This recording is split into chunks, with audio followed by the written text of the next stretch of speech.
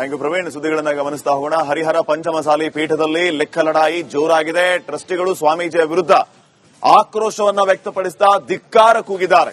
ಇದೇ ಸಂದರ್ಭದಲ್ಲಿ ಗದ್ದುಗೆ ದರ್ಶನಕ್ಕೆ ಬಂದಿದ್ದ ಚಂದ್ರಶೇಖರ್ ಪೂಜಾರಿಯ ವಿರುದ್ಧವೂ ಕೂಡ ಆಕ್ರೋಶ ವ್ಯಕ್ತವಾಗಿದೆ. ಕಳ್ಳ ಚಂದ್ರಶೇಖರ ಪೂಜಾರಿಗೆ ಧಿಕ್ಕಾರ ಅಂತ ಹೇಳಿ ಘೋಷಣೆಗಳನ್ನ ಕೂಗಿದ್ದಾರೆ. ಗದ್ದುಗೆ ಭೇಟಿಗೆ ಬಂದಿದ್ದ ಚಂದ್ರಶೇಖರ್ ಪೂಜಾರಿ ವಿರುದ್ಧ ಆಕ್ರೋಶ ವ್ಯಕ್ತವಾಗಿದೆ. ಪಂಚಮಸಾಲಿ ಮಠದ ಆವರಣದಲ್ಲಿ ಒಂದು ರೀತಿ ಭಾರಿ ಹೈಡ್ರಾಮಾ. ಸ್ವಾಮೀಜಿಯ ವಿರುದ್ಧ ಟ್ರಸ್ಟಿಗಳಿಂದ ಘೋಷಣೆ ಕೂಗಿ ಆಕ್ರೋಶ ವ್ಯಕ್ತವಾಗಿದೆ. ಗದ್ದುಗೆ ಭೇಟಿಗೆ ಬಂದಿದ್ದ ಚಂದ್ರಶೇಖರ್ ಪೂಜಾರಿಯ ವಿರುದ್ಧವೂ ಕೂಡ ಘೋಷಣೆಗಳು ಕೇಳಿ ಬಂದಿದೆ. ಕಳ್ಳ ಪೂಜಾರಿ ಚಂದ್ರಶೇಖರ್ ಪೂಜಾರಿಗೆ ಧಿಕ್ಕಾರ ಅಂತ ಹೇಳಿ ಘೋಷಣೆಯನ್ನ ಕೂಗಿದ್ದಾರೆ.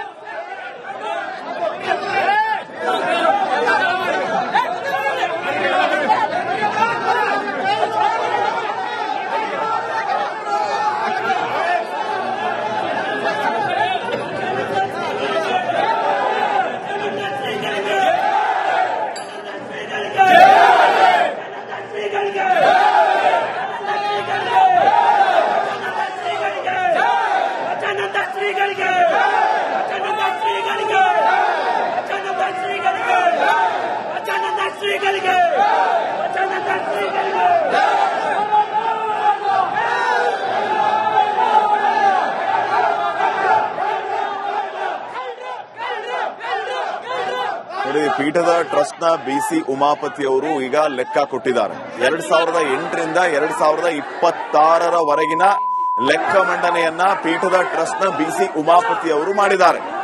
ಈವರೆಗೆ 27,61,51,518 ರೂಪಾಯಿ ಜಮೆ ಆಗಿರುವ ಲೆಕ್ಕವನ್ನ ಉಮಾಪತಿ ಅವರು ಕೊಟ್ಟಿದ್ದಾರೆ.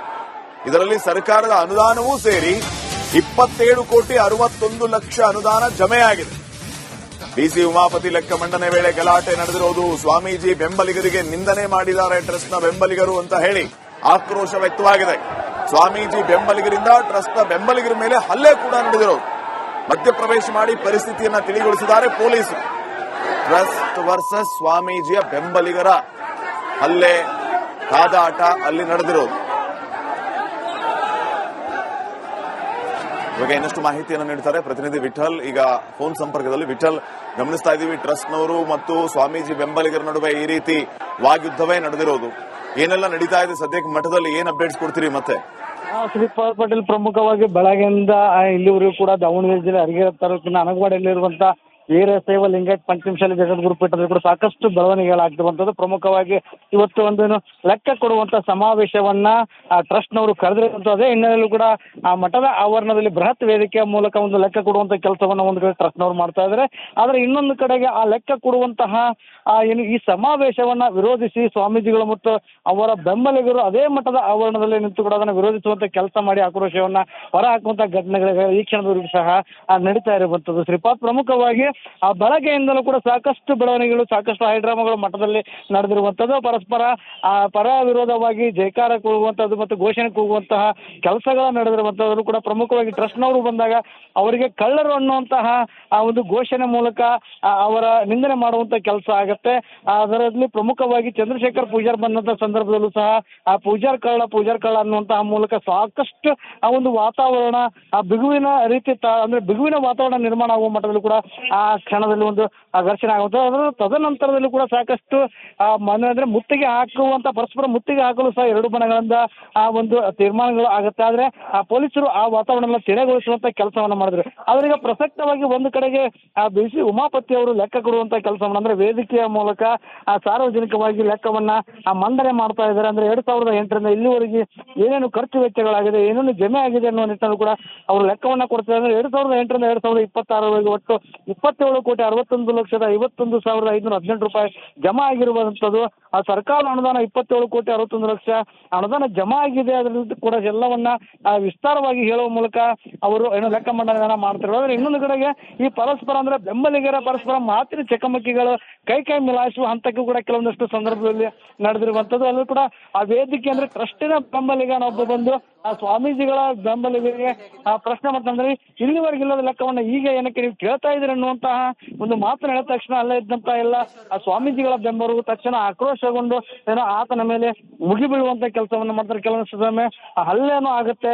ಈ ವೇಳೆ ಸಾಕಷ್ಟು ಒಂದು ಬಿಗುವಿನ ವಾತಾವರಣ ಮಾಡ್ತಾರೆ. ತಕ್ಷಣ ಆ ಪೊಲೀಸರು ಸ್ಥಳಕ್ಕೆ ಅಲ್ಲಿ ಅಂದ್ರೆ ಆ ಘಟನೆ ನಡೆಯುವಂತಹ ಸ್ಥಳದಲ್ಲಿ ತಕ್ಷಣ ಸೇರಿ ಆ ಒಂದು ವಾತಾವರಣ ತಿಳಿಗೊಳಿಸುವಂತ ಕೆಲಸವನ್ನ ಮಾಡ್ತಾರೆ. ಆತನ ಕರೆದುಕೊಂಡು ಹೋಗಿ ಬೇರೆ ಕಡೆ ಬಿಡುವಂತ ಕೆಲಸವನ್ನ ಮಾಡಿ ಇನ್ನು ಸ್ವಾಮೀಜಿಗಳ ಬೆಂಬಲಿಗರಿಗೆ ಶಾಂತತೆ ಕಾಪಾಡಿಕೊಳ್ಳುವಂತ ಒಂದು ಮನವಿಯನ್ನು ಸಹ ಏನು ಪೊಲೀಸರು ಮಾಡಿಕೊಳ್ಳುವಂತಹ ಘಟನೆ ನಡೆದಿರುವಂತದ್ದು.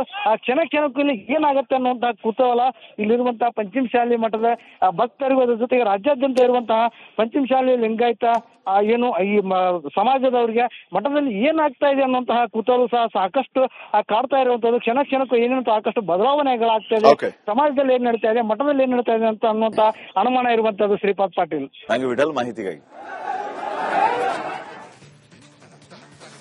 ಹಾಗೆಯಿಂದಲೂ ಕೂಡ ಸಾಕಷ್ಟು ಬೆಳವಣಿಗೆಗಳು, ಸಾಕಷ್ಟು ಹೈಡ್ರಾಮಾಗಳು ಮಠದಲ್ಲಿ ನಡೆದಿರುವಂತದ್ದು. ಪರಸ್ಪರ ಪರ ವಿರೋಧವಾಗಿ ಜೈಕಾರ ಕೂಗುವಂತದ್ದು ಮತ್ತು ಘೋಷಣೆ ಕೂಗುವಂತಹ ಕೆಲಸಗಳ ನಡೆದಿರುವಂತದ್ದು ಕೂಡ ಪ್ರಮುಖವಾಗಿ ಟ್ರಸ್ಟ್ನವರು ಬಂದಾಗ ಅವರಿಗೆ ಕಳ್ಳರು ಅನ್ನುವಂತಹ ಆ ಒಂದು ಘೋಷಣೆ ಮೂಲಕ ಅವರ ನಿಂದನೆ ಮಾಡುವಂತ ಕೆಲಸ ಆಗತ್ತೆ.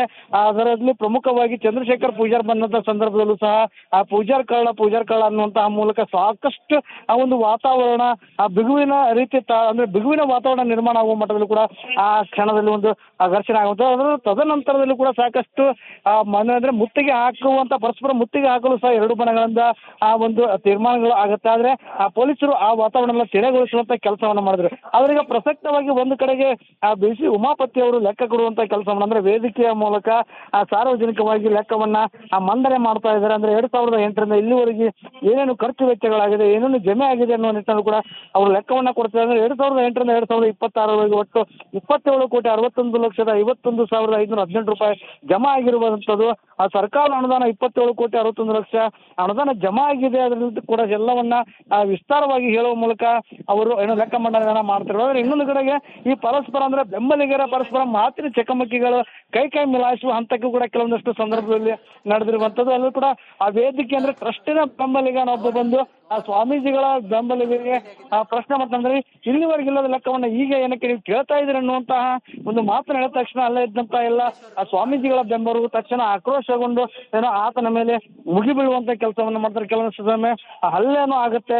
ಈ ವೇಳೆ ಸಾಕಷ್ಟು ಒಂದು ಬಿಗುವಿನ ವಾತಾವರಣ ಮಾಡ್ತಾರೆ. ತಕ್ಷಣ ಆ ಪೊಲೀಸರು ಸ್ಥಳಕ್ಕೆ ಅಲ್ಲಿ ಅಂದ್ರೆ ಆ ಘಟನೆ ನಡೆಯುವಂತಹ ಸ್ಥಳದಲ್ಲಿ ತಕ್ಷಣ ಸೇರಿ ಆ ಒಂದು ವಾತಾವರಣ ತಿಳಿಗೊಳಿಸುವಂತ ಕೆಲಸವನ್ನ ಮಾಡ್ತಾರೆ. ಆತನ ಕರೆದುಕೊಂಡು ಹೋಗಿ ಬೇರೆ ಕಡೆ ಬಿಡುವಂತ ಕೆಲಸವನ್ನ ಮಾಡಿ ಇನ್ನು ಸ್ವಾಮೀಜಿಗಳ ಬೆಂಬಲಿಗರಿಗೆ ಶಾಂತತೆ ಕಾಪಾಡಿಕೊಳ್ಳುವಂತ ಒಂದು ಮನವಿಯನ್ನು ಸಹ ಏನು ಪೊಲೀಸರು ಮಾಡಿಕೊಳ್ಳುವಂತ ಘಟನೆ ನಡೆದಿರುವಂತದ್ದು. ಆ ಕ್ಷಣಕ್ಕೂ ಇಲ್ಲಿ ಏನಾಗುತ್ತೆ ಅನ್ನುವಂತಹ ಕುತೂಹಲ ಇಲ್ಲಿರುವಂತಹ ಪಂಚಮಸಾಲಿ ಮಠದ ಭಕ್ತರಿಗೂ ಅದ್ರ ಜೊತೆಗೆ ರಾಜ್ಯಾದ್ಯಂತ ಇರುವಂತಹ ಪಂಚಮಸಾಲಿ ಲಿಂಗಾಯತ ಏನು ಈ ಸಮಾಜದವರಿಗೆ ಮಠದಲ್ಲಿ ಏನಾಗ್ತಾ ಇದೆ ಅನ್ನುವಂತಹ ಕುತೂಹಲ ಸಹ ಸಾಕಷ್ಟು ಕಾಡ್ತಾ ಇರುವಂತದ್ದು. ಕ್ಷಣಕ್ಕೂ ಏನೇನು ಸಾಕಷ್ಟು ಬದಲಾವಣೆಗಳಾಗ್ತಾ ಇದೆ, ಸಮಾಜದಲ್ಲಿ ಏನ್ ನಡೀತಾ ಇದೆ, ಮಠದಲ್ಲಿ ಏನ್ ನಡೀತಾ ಇದೆ ಅಂತ ಅನ್ನುವಂತ ಅನುಮಾನ ಇರುವಂತದ್ದು. ಶ್ರೀಪಾದ್ ಪಾಟೀಲ್, ವಿಠಲ್, ಮಾಹಿತಿಗಾಗಿ.